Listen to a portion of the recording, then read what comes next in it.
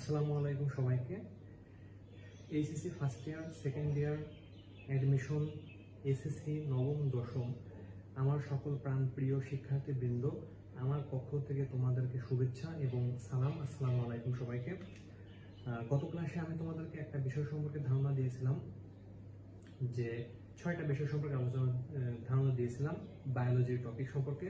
তো আজকে আমি তোমাদের মাঝে কেমিস্ট্রি অর্থাৎ রসায়ন সম্পর্কে কিছু একটু ধারণা দিব, যেটা তোমাদের একাডেমিক লাইফ এবং ফিউচারে যে অ্যাডমিশন দিবা সেই অ্যাডমিশনের জন্য অতিরিক্ত গুরুত্বপূর্ণ। তো প্রত্যেক বছর দেখা যায় এই জায়গা থেকে এমসিকিউ পরীক্ষা আসে এবং মাঝে মধ্যে একাডেমিকে সিকিউ পরীক্ষাও আসে। তো সেই জিনিসটা হচ্ছে আমাদের ইলেকট্রন বিন্যাসের ক্ষেত্রে আউটবাউন্ড নীতি। ইলেকট্রন বিন্যাসের ক্ষেত্রে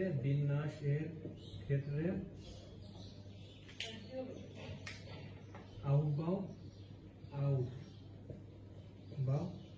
নীতি। ইলেকট্রন বিন্যাস তোমরা সবাই জানো যে পর্যায় সারণীর মূল ভিত্তি হচ্ছে আমাদের ইলেকট্রন বিন্যাস। পর্যায় সারণীর মূল ভিত্তি কি? পর্যায় সারণীর মূল ভিত্তি হচ্ছে ইলেকট্রন বিন্যাস।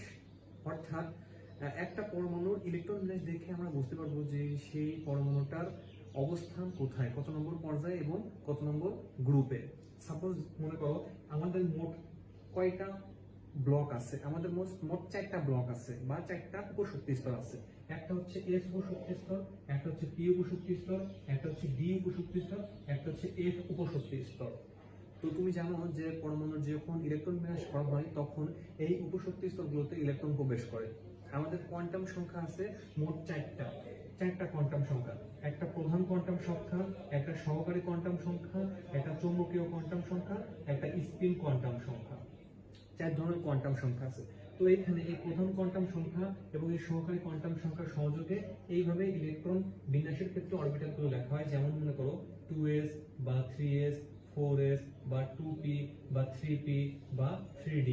তো এইখানে আমি দেখি, মনে করো এই জিনিসটা দেখি, এখানে 2 দ্বারা বোঝায় প্রধান কোয়ান্টাম সংখ্যা আর s দ্বারা বোঝায় সহকারী কোয়ান্টাম সংখ্যা। আশা করি সবাই বুঝতে পেরেছো। এটা প্রাথমিক ধারণা দেওয়া হয় নাই, তো প্রাথমিক ধারণা দেওয়ার আমি মনে করতেছি যে সবাই প্রাথমিক ধারণাটা আছে যে এই 4 ধরনের কোয়ান্টাম সংখ্যা আছে: প্রধান কোয়ান্টাম সংখ্যা, সহকারী কোয়ান্টাম সংখ্যা, চৌম্বকীয় কোয়ান্টাম সংখ্যা এবং স্পিন কোয়ান্টাম সংখ্যা, এবং এসপি-ডি এর সম্পর্কে সবার মোটামুটি ধারণা আছে। তো সেই জন্য আজকে আমি তোমাদের মাঝে এই 4টা জিনিস সম্পর্কে আলোচনা করব বা আউটবাউন্ড নীতি সম্পর্কে আলোচনা করব। কারণ আউটবাউন্ড নীতিটা আসলে কি? আউটবাউন্ড নীতি বলতে আমরা বুঝি যে